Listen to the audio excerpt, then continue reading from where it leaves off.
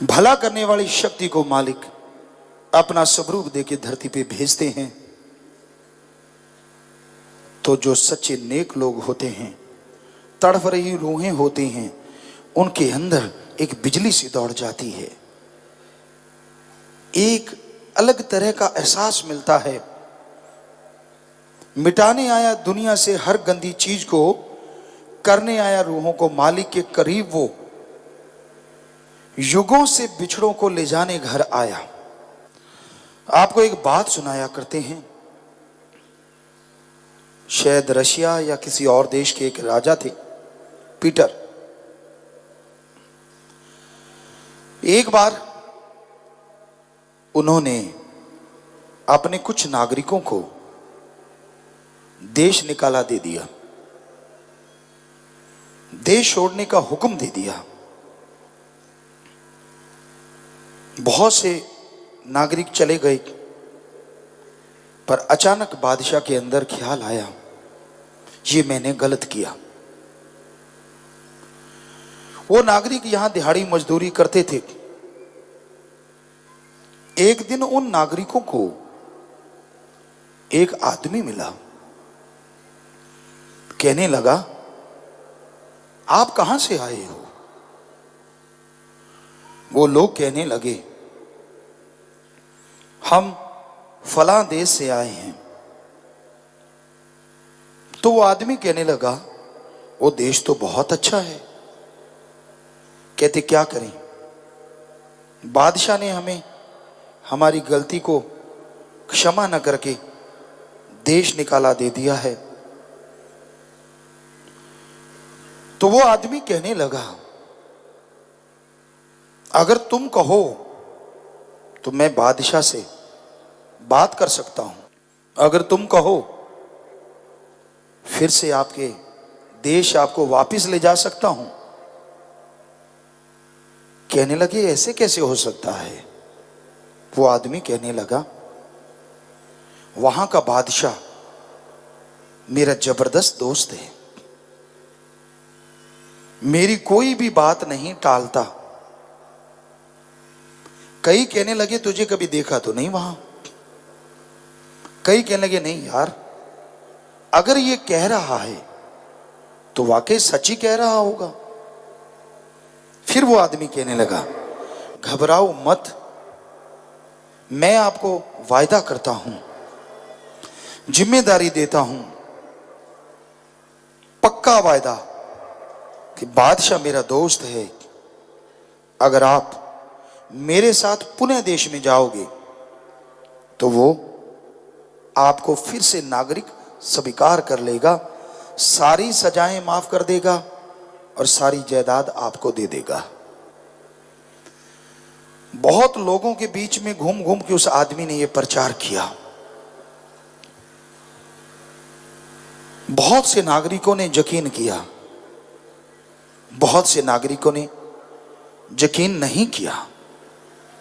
वो फिर घूमा, फिर घूमा, फिर घूमा, राउंड लगाता रहा, हर किसी के बीच में जा जाके ये बात सुनाता रहा, चलो मैं क्षमा करवा दूंगा, चलो पुनः अपने देश में स्थापित करवा दूंगा, बादशाह मेरा दोस्त है, मेरा कहना मानो। बहुत लोगों को यकीन हो आया, यार इतना जब यह कह रहा है तो क्यों ना इसके साथ चल के देखा जाए। कई कहने लगे, मरना है क्या, बादशाह मार देगा।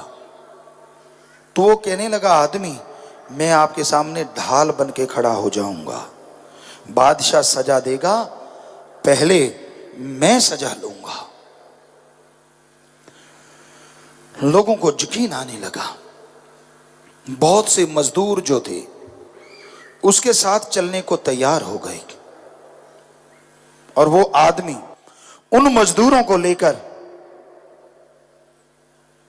उस देश की तरफ बढ़ता। तो जैसे ही वो मजदूर बने लोग उस आदमी के साथ अपने देश में प्रवेश करने लगी, वहां के सिपा सलार उसको सैल्यूट कर रहे थे। उन मजदूरों को हौसला हो गया, यार कुछ तो ये है। आगे बढ़े, ज्यों-ज्यों वो आदमी आगे बढ़ता गया, लोग सैल्यूट करने लगे, सत्कार करने लगे। उन मजदूरों को, बेदखल हुए उन लोगों को किसी ने कुछ नहीं कहा। उनके अंदर खुशियां आने लगी, यकीन बढ़ने लगा। पर फिर भी कहीं ना कहीं डर, कहीं ना कहीं भय। क्या होगा राजमहल में? क्या होगा जब राजा से रूबरू होंगे? चलते गए, वो आदमी आगे चलता गया। महल के गेट के जो लोग थे, उन्होंने झट से गेट खोल दिया और सजदे के रूप में खड़े हो गए। पीछे वाले लोग बड़े प्रसन्न हुए, यार वाकई ये जो कहता था सही है। लोग चलते गए, चलते गए, चलते गए। बस एक स्टेप बाकी था, एक दरवाजा बाकी था। सबने सत्कार किया। उस आदमी ने कहा, आप यहां रुको, मैं अभी आया। आदमी अंदर चला गया। थोड़ी देर के बाद, पर उस देर में मजदूरों के दिमाग में आया, यार ये सच्चा है। आंखों में आंसू बहने लगे। हम अपने देश में परत आए, बहुत अच्छा हुआ।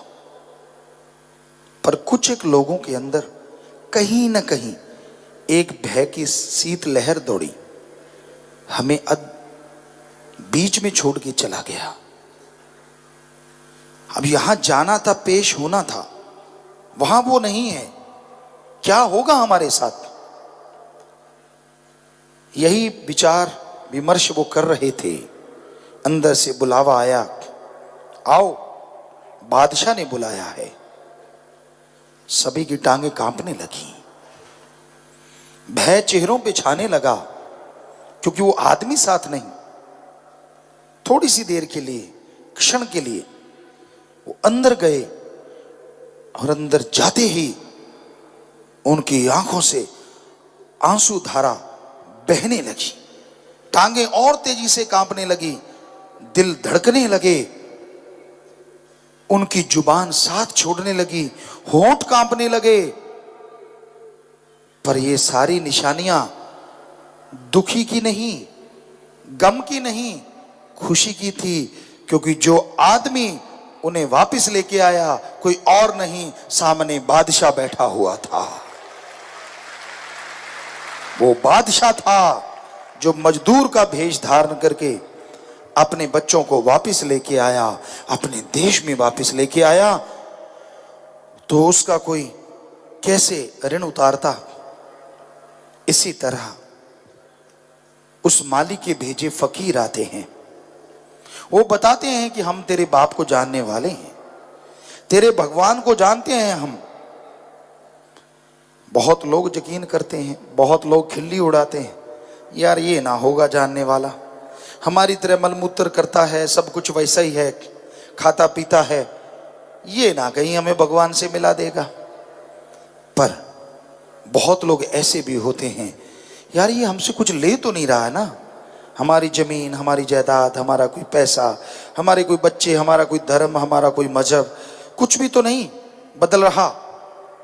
उन्होंने यकीन किया, वचनों को माना, और आज वो शास्त्र नाम जी प्यारों का कारवां 1, 2, 10, 20 लाख नहीं, 1, 2 करोड़ नहीं, 5 करोड़ के आंकड़े को पार कर चुका है।